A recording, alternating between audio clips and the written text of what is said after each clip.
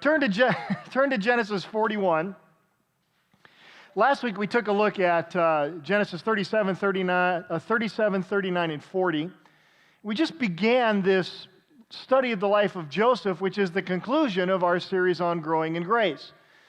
And what we found in the life of Joseph was a man who was young, who was gifted, and who was favored. And yet there was strife in his family, and as it turns out, he was sold as a slave by his own brothers, carted off down to Egypt, the land he had never been and language he did not speak, enslaved there in the house of an influential man named Potiphar, who had a lot of connection to the Pharaoh of the time. Even as he rose through the ranks of Potiphar's company to be able to get success, he was falsely accused of sexual assault. He was innocent of the charges and clapped in prison anyway. And where we left him at the end of chapter 40 was very sad. It says that he was forgotten in prison. We learned last week this: in spite of trouble in our family, in spite of trouble in our job, in spite of unfair treatment by others, and in spite of being left to rot in prison, not knowing what would happen next, Joseph discovered and believed this: God is with me and God is for me. Right here, right now. I will not lose hope. I will not give up.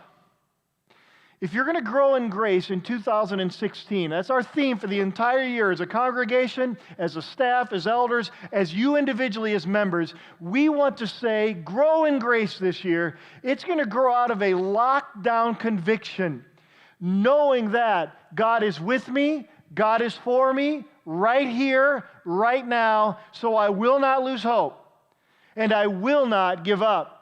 As we turn a corner in Joseph's life, and now you're in Genesis chapter 41, what's happened to now is going to be reversed. In fact, all of the rest of Genesis is a series of reversals. To this point in Joseph's life, every person who has any sort of authority over him takes advantage of him. He is mistreated, and he finds himself under the thumb of wrong treatment. Beginning in chapter 41, Joseph is restored. It's the restoration of Joseph. And now he finds himself to be the one who's in authority over others. And what God does in his life to complete him as a man who has grown in grace is to help teach him and help convince him of this truth, which is, it's the theme of the last 10 chapters of Genesis, and it's also the theme of the message this morning. God is working for my good, even when I cannot see it. God is working for my good, even when I cannot see it. Genesis chapter 41.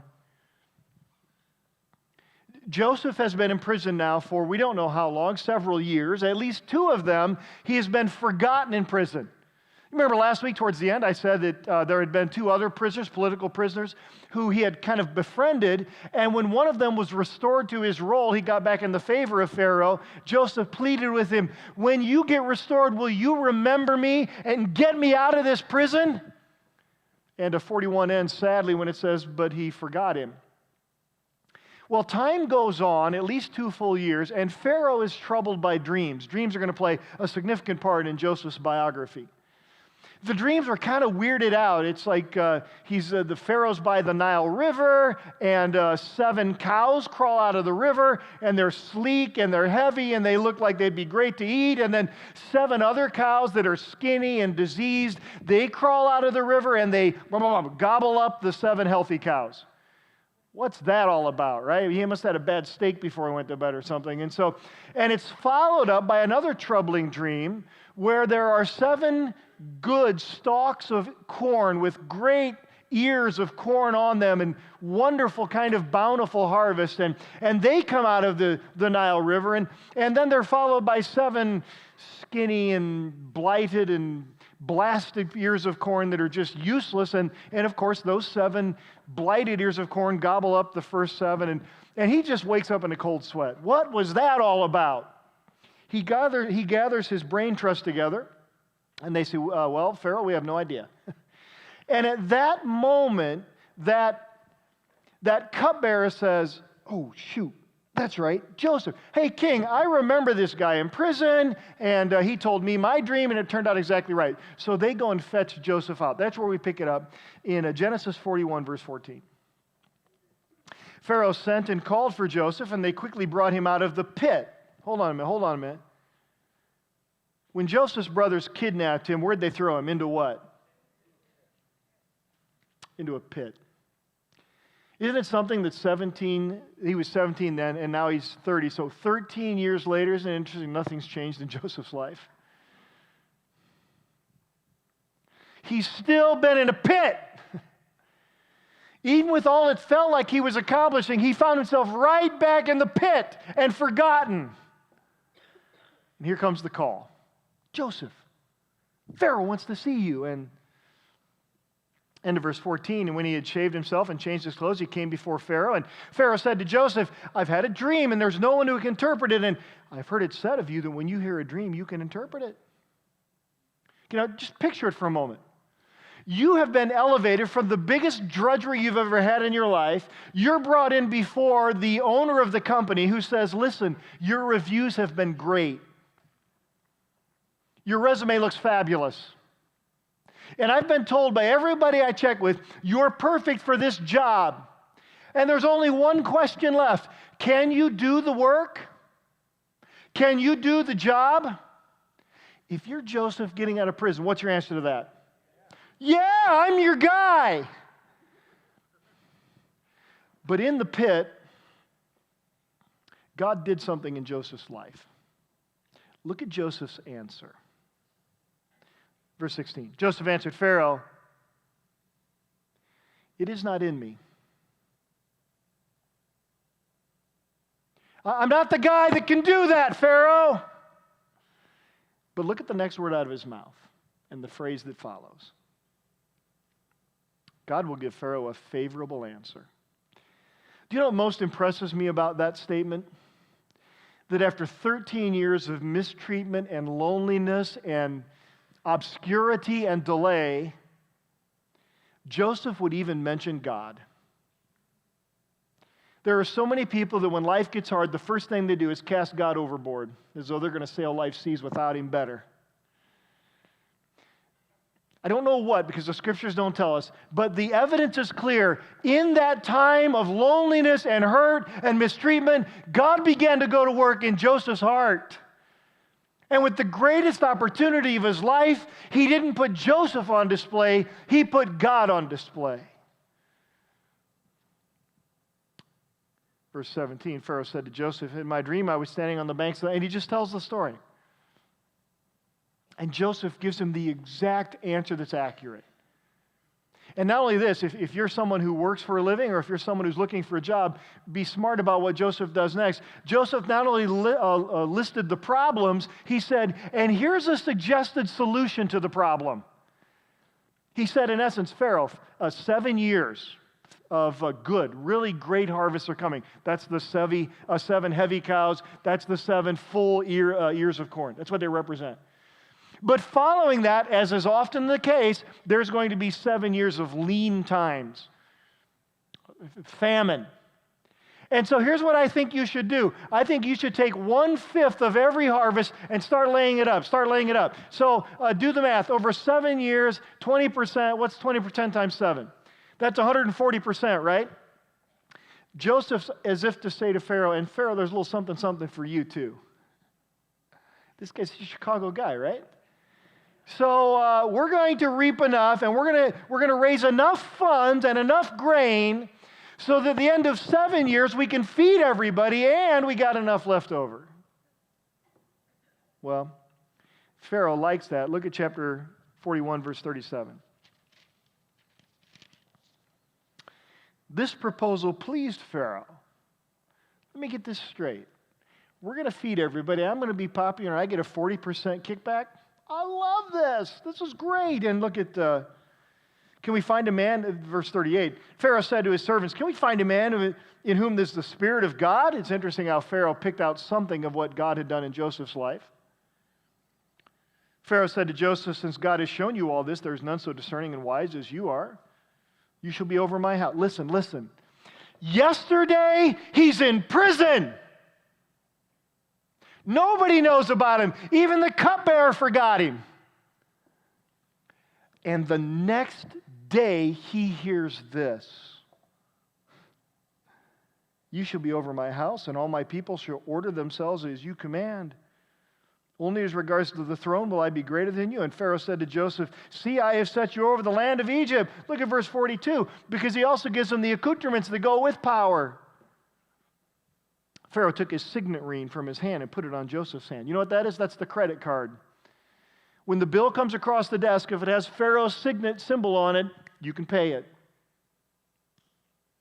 And he clothed him in garments and fine linen. What is it about Joseph and clothes?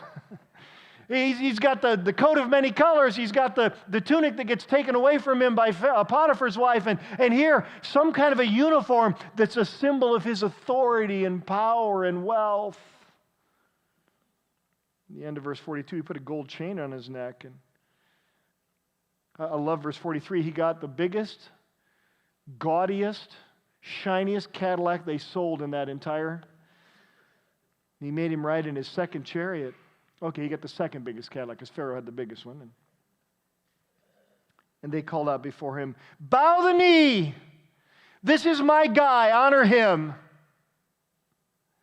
Thus he set him over the land of Egypt. Pharaoh said to Joseph, I am Pharaoh, without your consent. No one shall lift a hand or a foot in all the land. Look at verse 45.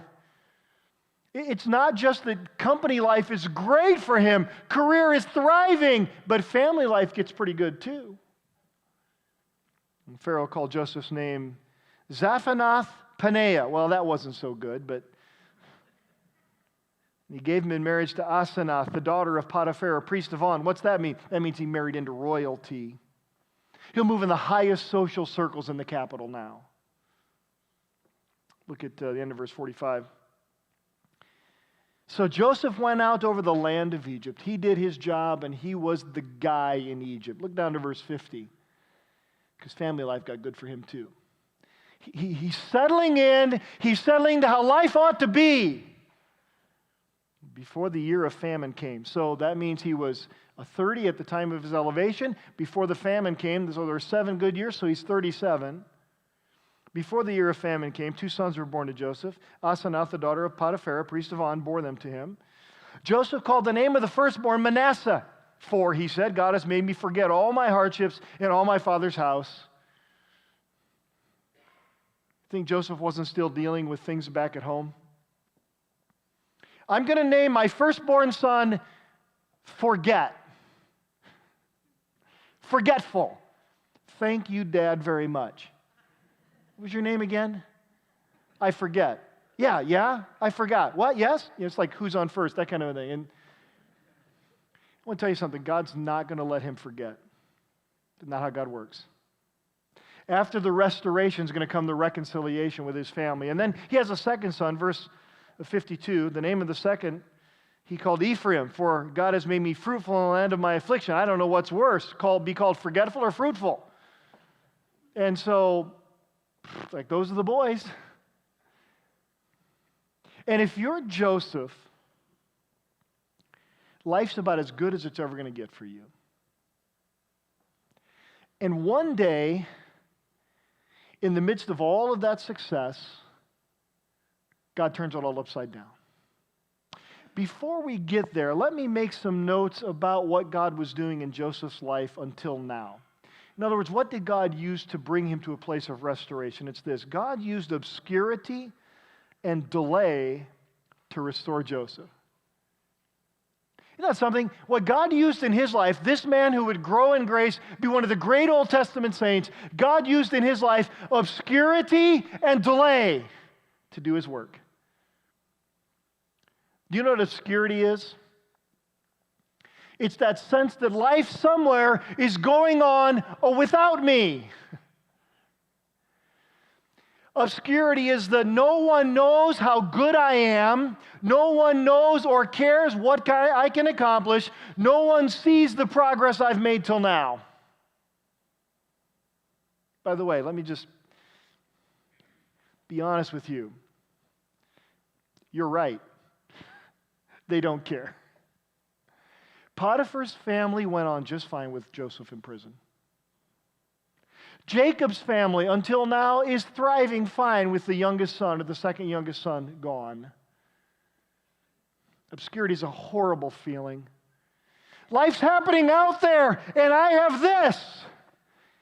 And the whole time, God was at work for Joseph's good, and he had to learn that. And then there was delay. 2 years feels like a long time. 22, which is how much time will go by before he's reunited with his brothers, 22 years seems like a lifetime.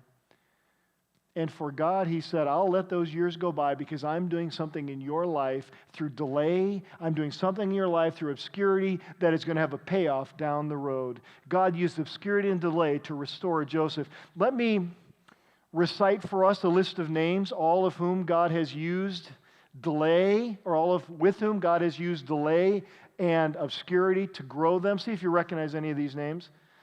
Abraham, Moses, David, Esther, Ruth, Nehemiah, the Lord Jesus, the Apostle Paul, the Apostle Peter. God's choice servants often spend large portions of their lives in obscurity and delay because God is working for their good even when they don't know about it. So let's answer these questions. What is God doing in my life during obscurity and delay?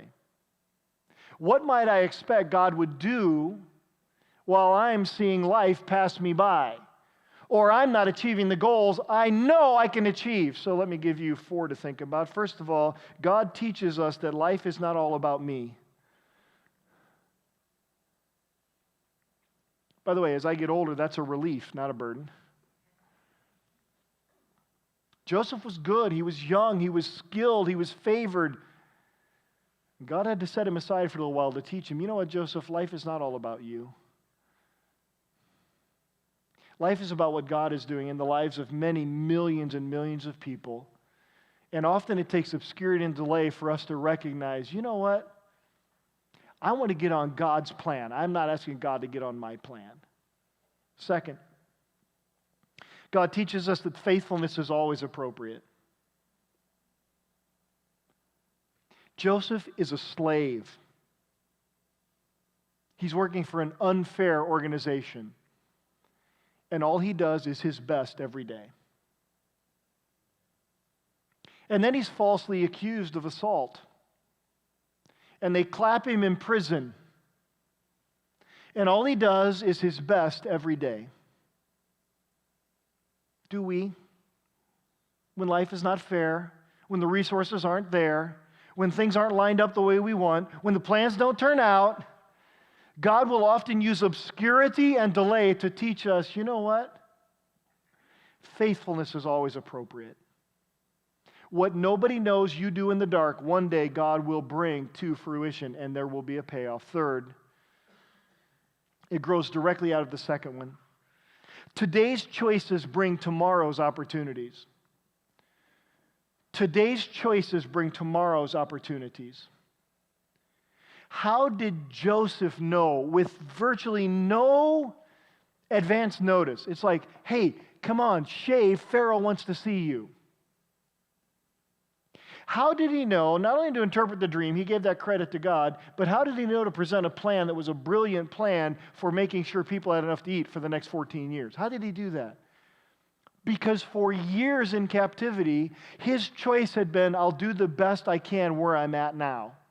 And when he stood before the highest authority in the land, I'm telling you, Pharaoh was a god in Egypt. And the Middle Kingdom, Egypt, was the most powerful land in that time, the most powerful political influence of that time. And he could calmly say, here's what the dream meant, and if I were you, here's what I would do to solve the problem. His choices in the dark helped him to see very clearly when the lights were on and his opportunity was there to shine. Fourth, humility. What does God teach me through obscurity and delay? Humility. Let me fill that out a little bit. Humility means that my failure or my success is designed for the benefit of others. Here's the great place Joseph got to, and it'll take him a few more years to get there. He could say to his brothers, you meant it for evil, but God meant it for good. Maybe one of the finest examples of growing in grace is recognizing that my successes and my failures are often for the benefit of others.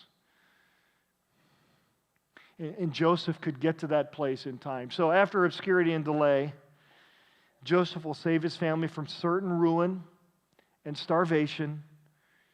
But how's it going to happen? Well, turn to Genesis 42. We'll move through here quickly.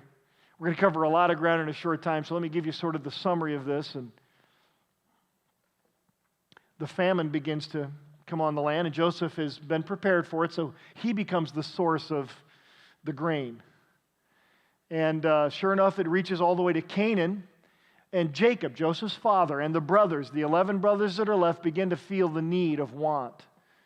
And so Jacob says, hey, go down to Egypt. I've heard they have grain there. And they load up all their donkeys, but the father says, don't take Benjamin, my youngest. That's Joseph's only remaining full brother. I'm not going to sacrifice him. And the other 10 brothers load up and they go. And they find themselves, after whatever rigmarole and red tape they have to go through, they find themselves waiting in line to go in and meet a guy who is the ruler. Remember Asenath Paneah, whatever his name is. You remember? I couldn't even pronounce it, right? They're going to go before this guy and they're going to ask for grain and they're going to lay out all their money. And chapter 42, look at verse 6. Now, Joseph was governor over the land. He was the one who sold to all the people of the land. And Joseph's brothers came. What was his dream? 13 and 7 is 20 and 2. 22 years before this, what was Joseph's dream? Oh, they bowed down before me. Look at verse 6. Joseph's brothers came and bowed themselves with their faces to the ground. Now the story gets really interesting. Joseph saw his brothers and recognized them, but he treated them like strangers, and he spoke roughly to them. Where do you come from? The land of Canaan, they said. Look at verse 8. Second time. Joseph recognized his brothers, but they did not recognize him. This is the first example of Joseph having authority over someone. Nobody knows who he is. Though brothers totally don't recognize him, he can do with these men groveling in front of him whatever he wants. And personally, I believe Joseph fought a pitched battle right now in his heart. You can almost the trembling with rage. Well, read it. Look at 8. Joseph, listen, verse 9. I think Joseph didn't remember 22 years prior. Joseph remembered the dreams that he had dreamed of them. And he said to them, you are spies. You've come to see the nakedness of the land. Hey, you just here to see that we're weakened now. And look at the next verse. My Lord, we've come to buy, verse 10, they said, we've come to buy food. And look at verse 12. How about this? We're all sons of one man. We are honest men. Really? Look at verse 12. He said to them, no, it's the nakedness of the land you've come to see. And they said to him, we, your servants, are 12 brothers, the sons of one man in the land of Canaan. And behold, the youngest is in this day with our father, and one is no more. Would it not take every ounce of self-discipline if you're Joseph not to say, I want to tell you one is very much more, and I'm the one. But he doesn't. He cooks up this scheme where he throws them all in jail for 3 days. Think there's not some significance to that message? You think he put him in the prison cell he was in for years? And after 3 days, he calls them back out and he says, listen, here's what the deal is. I'm going to keep one of you guys as a hostage, Simeon's who he chose, and I'm going to send the rest of you go back. I'll give you all the grain you want. You guys can buy it, go back, eat it, but you're not going to come back before me unless you bring that son you told me about. I want to find out if you're telling the truth or lying. I only have one way to know. You bring me that little brother. Bring me that youngest one you said is so precious to your father. Look at chapter 42, verse 21. The scriptures say he's been talking to them through an interpreter. And they begin to consult with one another. Listen to what they say. And he's listening to it. They said to one another, in truth, we are guilty concerning our brother, in that we saw the distress of his soul when he begged us and we did not listen. This is why this distress has come upon us. They're talking about Joseph. Reuben answered them, did I not tell you not to sin against the boy? There's still blame, right? Blame. And you did not listen. Now, listen. So now there comes a reckoning for his blood. 22 years. Hard times come, and the first thing they think of is what they did that long ago. They did not know that Joseph understood them, for there was an interpreter between them. Look at verse 24. Then he turned away from them and he wept. I'm going to take the time to read it. I love what Charles Swindoll wrote about this scene, just kind of imagining how this rolled out. All of a sudden, the handsome bronze leader of millions has rushed to his bedroom and collapsed in sobs. All those years passed in review, all the loneliness, all the loss, all the seasons and birthdays and significant occasions without his family. It was too much to contain, like a rushing river pouring into a lake swelling above the dam. His tears ran, and he heaved with great sobs. All of a sudden, he was a little boy again, missing his daddy. Man. He sends them away. Time passes, and they come back with his brother Benjamin. Oh, Jacob didn't want to send Benjamin, but he had no choice because there was no money, there was no food, there was nothing left to do. So look at chapter 45. Well, let's look at the end of chapter 44.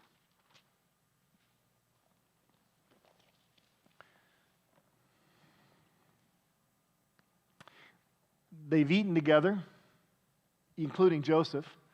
Joseph tipped his hand, had a little fun about giving Benjamin extra stuff. And he'd even, at the banquet, he'd sat him in their birth order, oldest to the youngest. And they're like, wow, how did that happen? And then he sends them away. Okay, I saw your little brother, and here's Simeon, go away. And then he sends the police to bring him back. It's kind of a cruel thing. And he calls them in. And he says, here's what's happened. You stole something from me. Isn't it interesting that he accuses them of something like he was accused of something, and they were innocent, and so was he. And he says, here's the punishment. That youngest one, Benjamin, leave him here. He'll become my personal servant. The rest of you can go home. Take the grain and go. Judah, chapter 44, 32. It was Judah's voice that 22 years prior to this, Joseph, who was in a dry pit at the time, would have heard Judah saying, let's kill him. We'll be done with that dreamer. It was Judah. It was Judah's voice as Joseph is in the pit. Judah's voice that then said, wait a minute, I see Ishmaelite traders coming here. Let's sell him into slavery. Judah said that. Let's get rid of this guy. Now, Judah, verse 32, your servant had become a pledge of safety for the boy to my father. Judah saying, listen, I promised Dad I'd bring him back safely.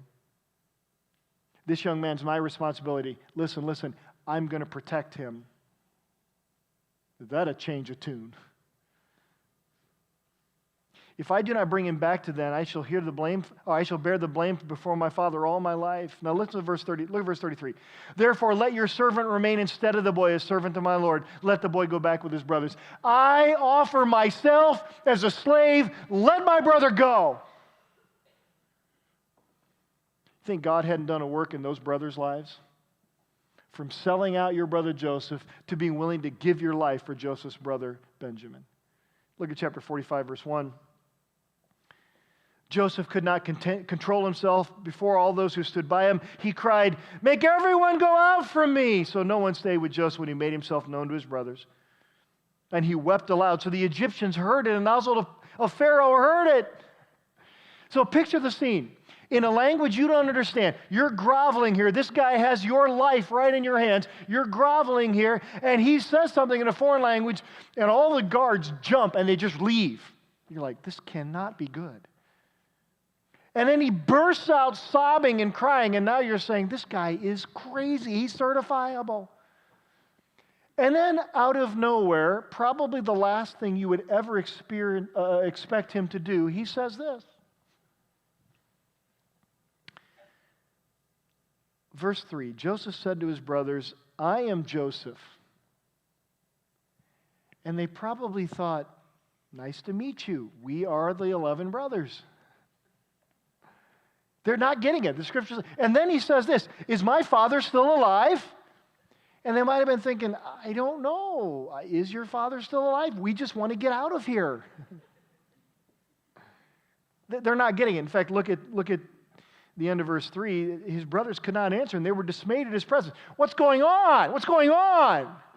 We don't get it. With Joseph, your father, what? And so Joseph sort of dials it back a little bit, and Joseph said to his brothers, come near to me, please. Great word, great word.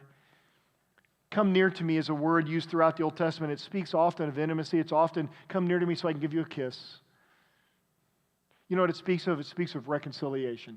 I'm tired of the distance between us. So come close. 22 years of anger melted away. They came near and he said, so not I am Joseph. They're like, yeah. No, I am your brother Joseph. I'm your brother Joseph, whom you sold into Egypt. Thank you for reminding me of that. And now do not be distressed or angry with yourselves because you sold me here. Look at verse 5, the last part. God sent me here before you to preserve your life. How do you have that kind of a faith? You grow in grace. It may not have occurred to Joseph until this moment why he'd gone through what he'd gone through the last 22 years. But in obscurity and delay, God had transformed this man. Verse 6, the famine has been in the land these 2 years. There are 5 years in which there will be neither plowing nor harvest. Look at 7. He says again, God sent me before you to preserve for you a remnant on earth and keep alive for you many survivors. So, in other words, those promises God made way back to our grandfather, great-grandfather Abraham, I'm going to be the one to deliver on those promises this generation. Look at verse 8. He says it again. It was not you who sent me here, but God. Can you say that about where you're at right now? Do you recognize God is working for your good even when you don't see it? This is the element of growing in grace. Well, Joseph's like, okay, enough already. Go get Dad, bring him down here because it's not going to get better for 5 more years. And I love what he said, verse 9. Hurry, go up to my father, say to him, thus says your son Joseph, God has made me Lord of all Egypt. In other words, hey, give Dad my resume. I've amounted to something now. Love that. Well, look at chapter 46, because there's a great reunion here. Joseph goes back, the brothers go back, and they bring Jacob. Jacob's like, what? It's like he said he couldn't hardly believe it. And they pack up and they come down to Egypt. And there's a great reunion. Chapter 46, verse 29. Joseph prepared his chariots. He had that thing shined up, ready to go. He was going to show Dad, listen, Dad, I got the best of the land here. And he went to meet Israel. Isn't it interesting? Israel's Jacob's covenant name. Isn't it interesting?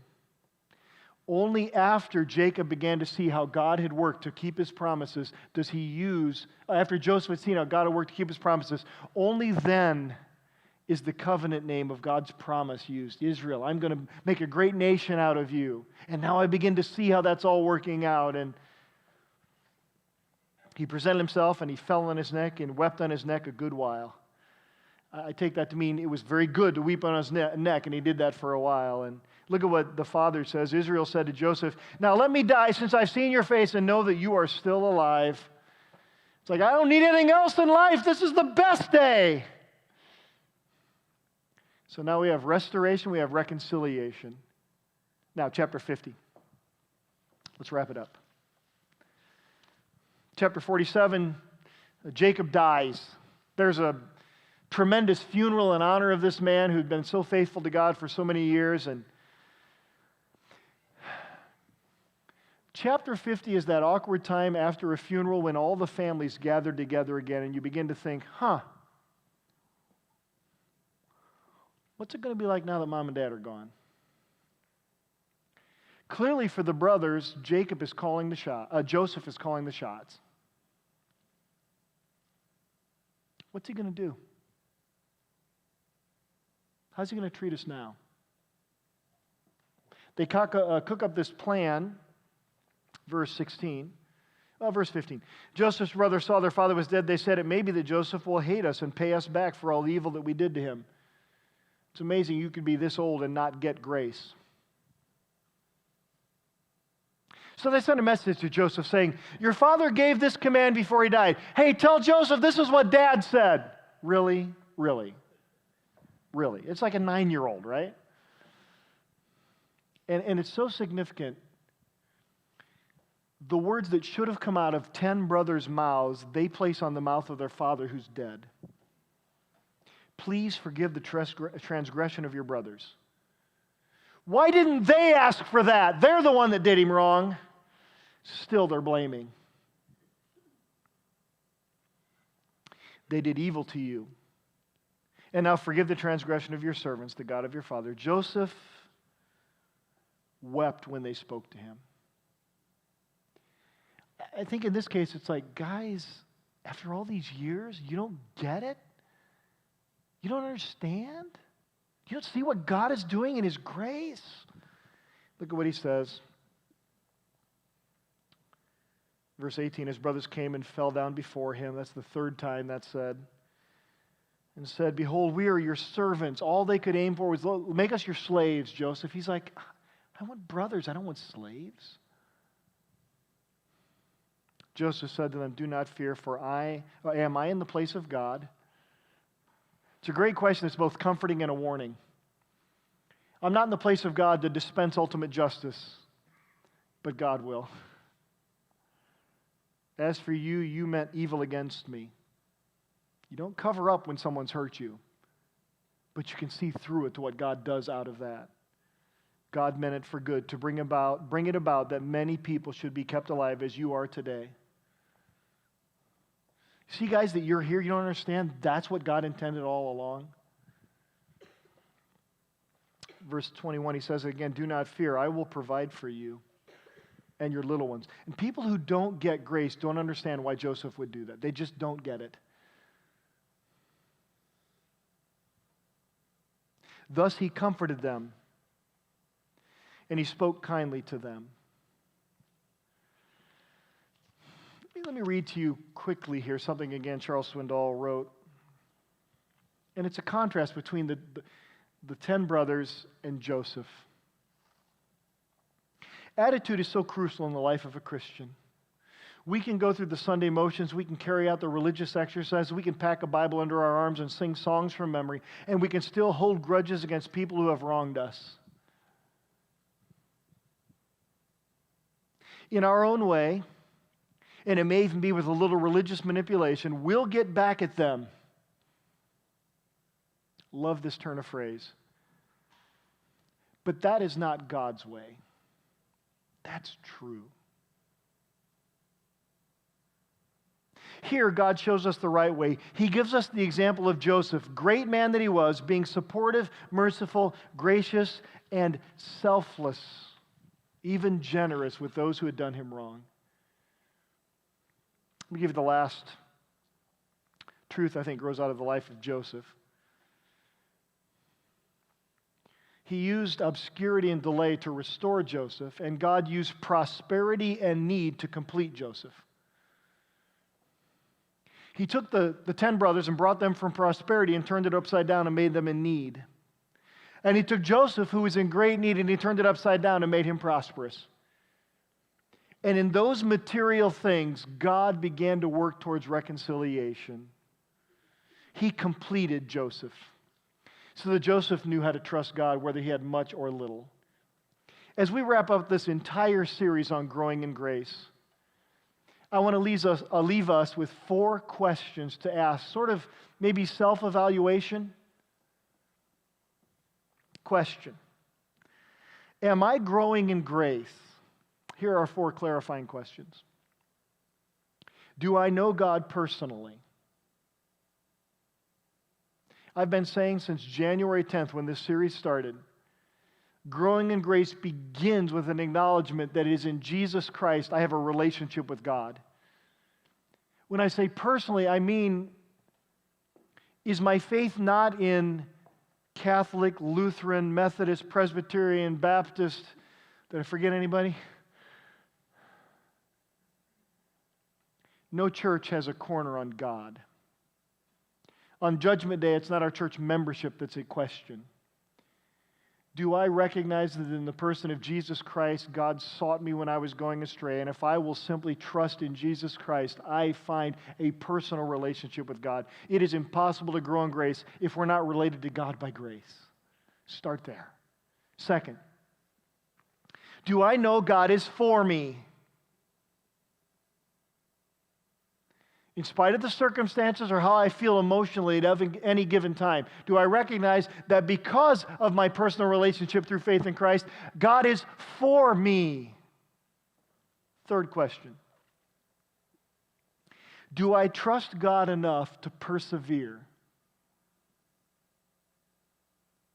Do I trust God enough to be faithful where I am right now with what I have? Joseph became a great hero of the faith because he absolutely refused to quit. Fourth question. Do I trust God enough to release others? There, that role reversal of Genesis chapter 41 through 50, when he has all the authority and his brothers have none at all, in one of the great acts of grace, Joseph releases his brothers. And I love the way he says, am I in the place of God? It's not my calling in life to settle scores. That's a good way to grow in grace. Well, let me pray for you to close this series. Father, you're very good. So much for us to think about. Just a quick flyby of the life of Joseph. Lord, I pray for men and women here today that they would trust Jesus Christ as Savior. Lord, maybe it's the first time, maybe it's a recommitment of faith, but that whole issue of being personally related to God would be so precious, be an anchor to sustain us. Father, help us to live by the faith of knowing you are working for our good, even when we don't see that. Lord, I don't want to minimize people's hurt, but I do pray that we would have the strength persevere through them. Now, Father, as we sing together and close this time, help us to learn how good you are, trust how strong you are, and bless others by how gracious you are, I pray. In Jesus' name, all God's people agreed by saying, amen.